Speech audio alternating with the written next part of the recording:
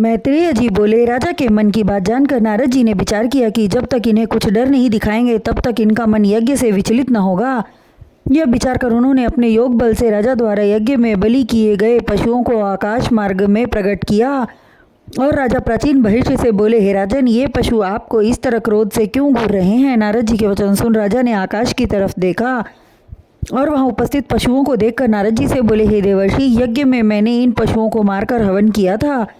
कृपा करके आप यह बतलाइए कि ये मुझे इस प्रकार क्रोधित होकर क्यों घूर रहे हैं? तब नारद जी बोले, हे राजन, जिस तरह आपने इन पशुओं को मारकर यज्ञ में हवन किया, उसी तरह ये तुम्हें एक एक जन्म में मारकर अपना बदला लेंगे।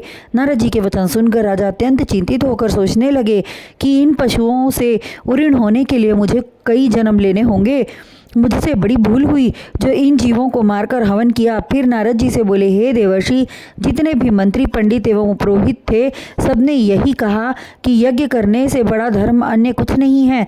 तब नारद जी बोले, हे राजन, वे इसलिए ऐसा कहते हैं कि तुम्हारी तरह वे भी माया जाल के बंधन में पड़े हैं। उनके पास सामर्थ्य नहीं है कि वे तुम्हें सांसारिक मोह बंधन से निकाल सकें। राजा सोचने लगे कि देवर्षि नारद सत्य वचन कह रहे हैं, सो अति विनीत होकर कहने लगे, हे मुनिराज, आप कोई ऐसा उपाय करें जिससे मेरी मुक्ति हो। तब नारद जी बोले, हे राजन, बहुत समय पहले पुरंजन नाम का एक राजा था। उसे अपने मित्र अविज्ञात से बहुत प्रेम था।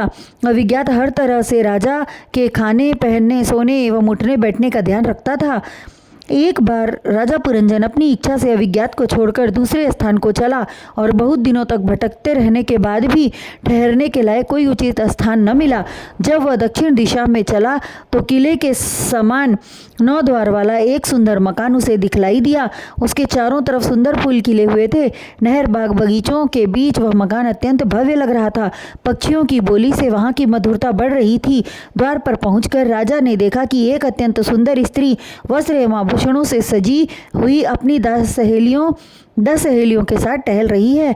उसे देखते ही राजा मोहित हो गए और उस स्त्री के निकट जाकर प्रेम पूर्वक आग्रह करके कहने लगे, हे रूप सुंदरी, तुम देव कन्या हो अथवा साधारण स्त्री, तुम किस इच्छा से यहाँ टहल रही हो?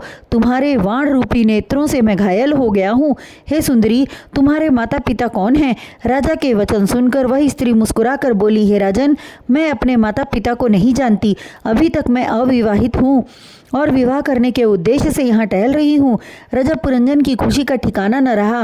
वे प्रसन्न मुख से बोले, तुम मुझे अंगीकार करो, मैं तुमसे बहुत प्रसन्न रहूँगा।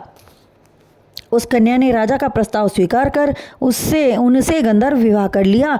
राजा उस पर इस तरह मोहित हुए कि उससे पूछे बिना कोई कार्य न करते। वृद्धावस्था आने पर इंद्रियों के शिथिल हो जाने के पश्चात भी राजा पुरंजन संसारी माया से विरक्त न हो सके और मृत्यु के समय भी उनका ध्यान अपनी स्त्री की तरफ लगा रहा। स्त्री के प्रति आसक्ति बनी रही, जिस कारण मृत्यु के पश्चात राजा पुरंजन को अगले जन्म में स्त्री का तन प्राप्त हुआ।